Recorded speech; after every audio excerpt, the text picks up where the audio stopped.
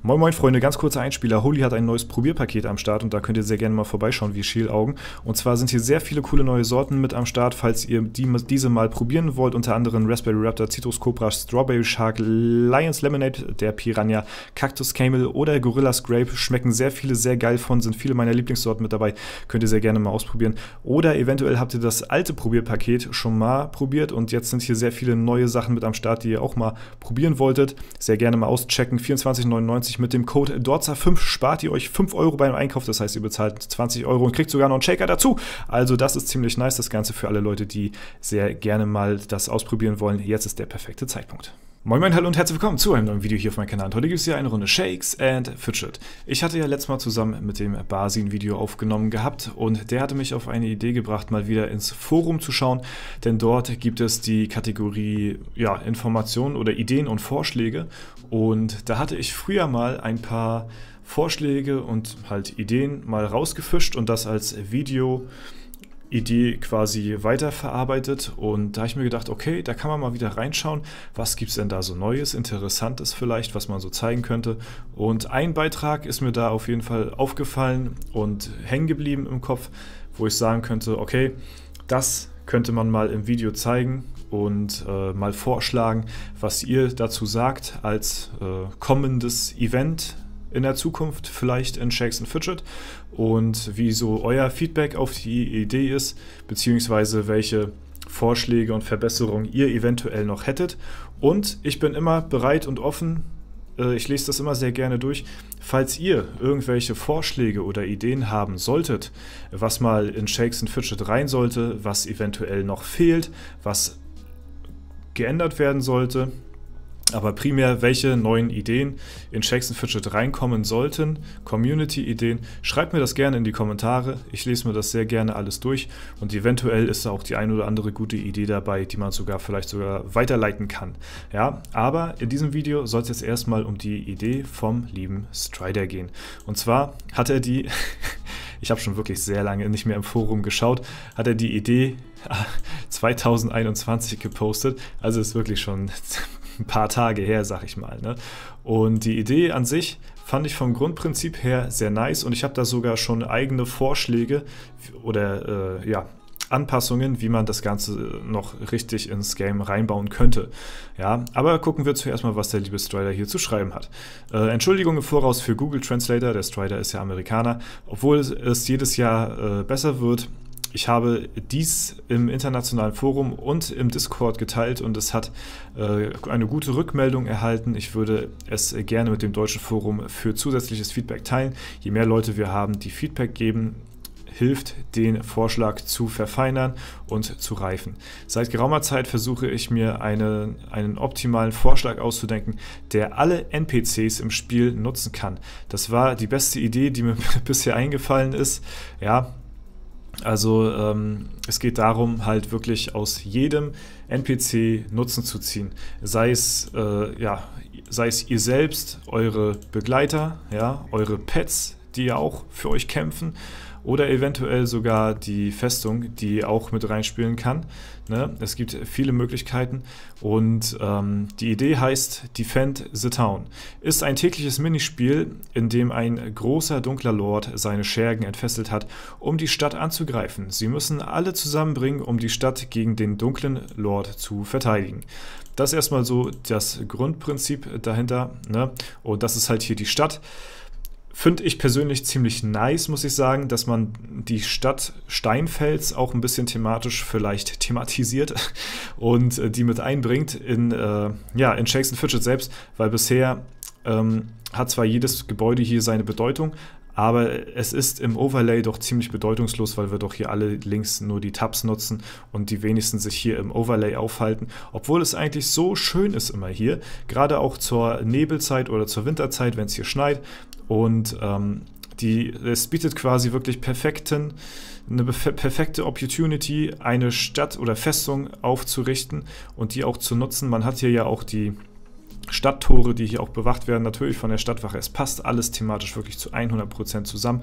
Und wir lesen aber mal weiter, bevor es weitergeht hier. Ne? Täglich kamen Angriffswellen und mit jeder erfolgreichen Verteidigung der Stadt erhielten sie Belohnung. Darüber hinaus bedeutet jede erfolgreiche Verteidigung, dass die nächste Welle zunehmend härter wird. Mit wem kannst du die Stadt verteidigen? Fragezeichen. Ihr Hauptcharakter, ihre Turmgefährten, alle NPCs aus ihrer Festung, Unterwelt und Haustiere, sogar die Festungsanlagen und das Unterwelttor können genutzt werden.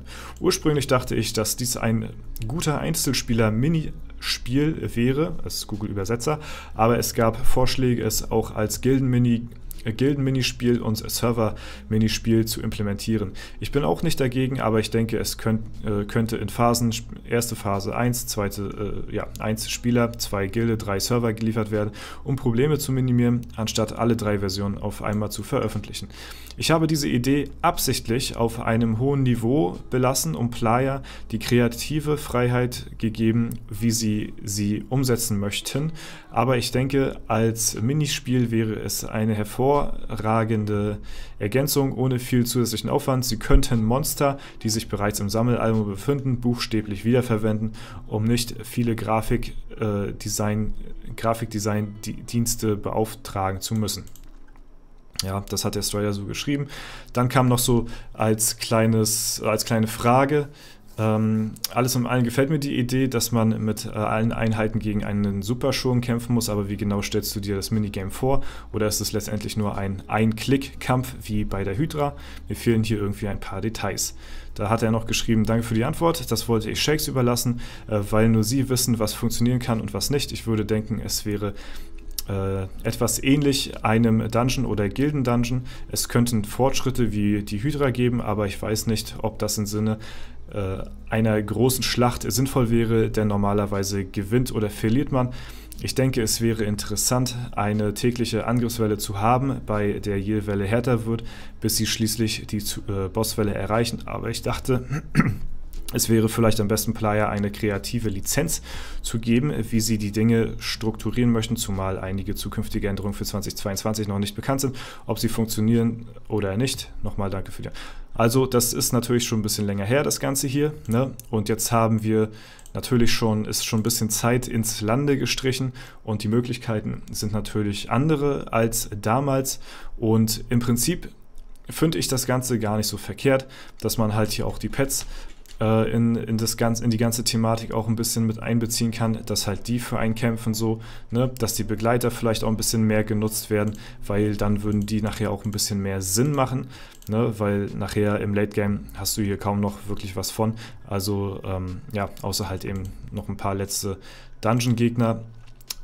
Es könnten halt eigene Festungsgebäude eine Rolle spielen, weil heutzutage in Zeiten der Teilschutztaktik lässt ja jeder die Verteidigung weg, weil es halt eben sinnvoller ist für das Vorankommen und also das eigene Vorankommen und das Stacken von Ressourcen. So würde die Festung bzw. die Befestigung hier, die Mauer, wieder ein bisschen mehr Sinn ergeben, da man halt einen größeren Schutz durch sie hat. Also sie würde auch tatsächlich was bringen, ja, und so wie es auch im Auge des Betrachters, also zum Wunsche des Herstellers, also ich sag mal von Player Games, dass die Festung oder ja, die Mauer auch so genutzt wird, wie sie eigentlich genutzt werden sollte und nicht, dass sich da eigene Strategien wie die Teilschutztaktik rauskristallisieren und Verteidigungsgebäude heutzutage gar keinen Sinn mehr ergeben, diese auszubauen zum Anfang. Und ich glaube, das liegt nicht im Auge des Betrachters, dass man halt, oder im Sinne des Erfinders, so, ich glaube, so ist das richtig, dass die Festung so gespielt wird, wie sie heute gespielt wird. So, ne? Ich glaube nicht, dass die Entwickler sich das so vorgestellt haben. Ja, das würde natürlich dann ein bisschen anders aussehen, wenn die Stadt angegriffen werden würde und die Festung eventuell eine Rolle spielen würde.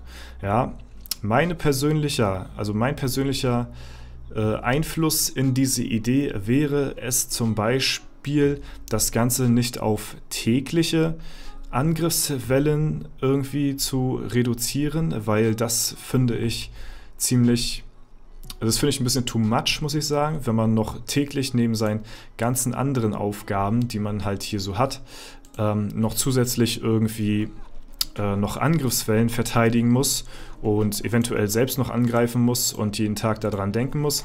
Ich denke mal, so wie es jetzt ist, sind wir momentan ganz gut eigentlich versorgt, was so das, die Daily Quests angeht. Ich denke mal, das Volumen ist an sich schon so hoch genug. Allerdings kann ich mir vorstellen, und das wäre tatsächlich ganz nice, Shakes & Fidget hat es ja bisher so geregelt, dass immer wieder neue Features irgendwie ins Game hinzukommen, ohne dass das Game überfüllt wird. Und wie haben sie das gelöst? Durch temporäre Events wie den Elevator oder den Legendary Dungeon. Ja? Und hier könnte man ansetzen und eventuell ein neues, zeitlich begrenztes Event hinzufügen, was halt eben so diese Defend the Town oder wie Strider es genannt hatte, Defend the Town, keine Ahnung. Und man könnte quasi neben den Elevator 10 Tage und den Legendary Dungeon 10 Tage sowas machen wie verteidige die Stadt 10 Tage lang.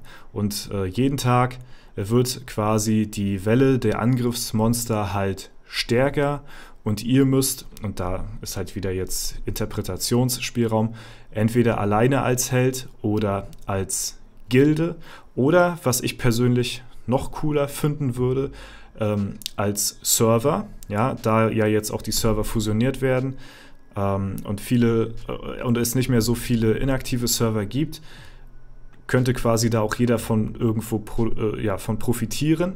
Und deswegen finde ich persönlich, wenn man so ein Server-Event, weil ich glaube, das hatten wir in der Vergangenheit schon mal, das wünschen sich sehr viele Leute, so ein Server-Event, das halt nicht nur Gilde gegen Gilde spielt, sondern halt wirklich der Server gegen diesen dunklen Lord, sag ich mal, der jetzt halt eben die Stadt angreift und jeder spielt quasi mit seinem eigenen Charakter da eine gewisse Wertung in die Gesamtwertung ein, von jedem, der daran teilnimmt und eventuell, je nachdem, wie man abgeschnitten hat, bekommt man dann halt dementsprechend auch die Belohnung und diese Monster müssen halt eben jeden Tag verteidigt werden die Angriffe müssen verteidigt werden über diese 10 Tage lang und am Ende ist es halt so ähnlich wie beim Elevator, dass man da eine Gesamtleistung hat und je nachdem, wie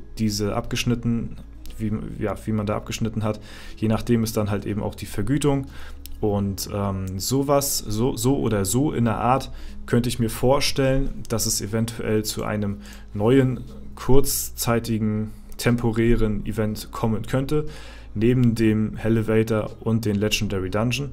Ja, das wäre so mein Vorschlag, den ich da noch mit in diese Idee reinfließen lassen würde.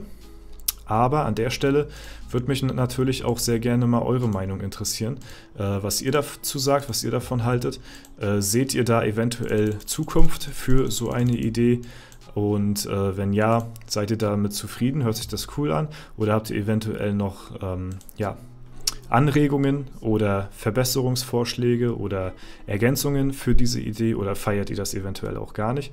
Oder, wie anfangs schon erwähnt, habt ihr eventuell ganz eigene Ideen im Kopf und wollt lieber diese zum Tragen kommen lassen wie Umzugshelfer und die mit der Welt teilen, dann schreibt sehr gerne in die Kommentare. Das soll es aber erstmal soweit für das Video heute gewesen sein. Ich hoffe, es hat euch gefallen.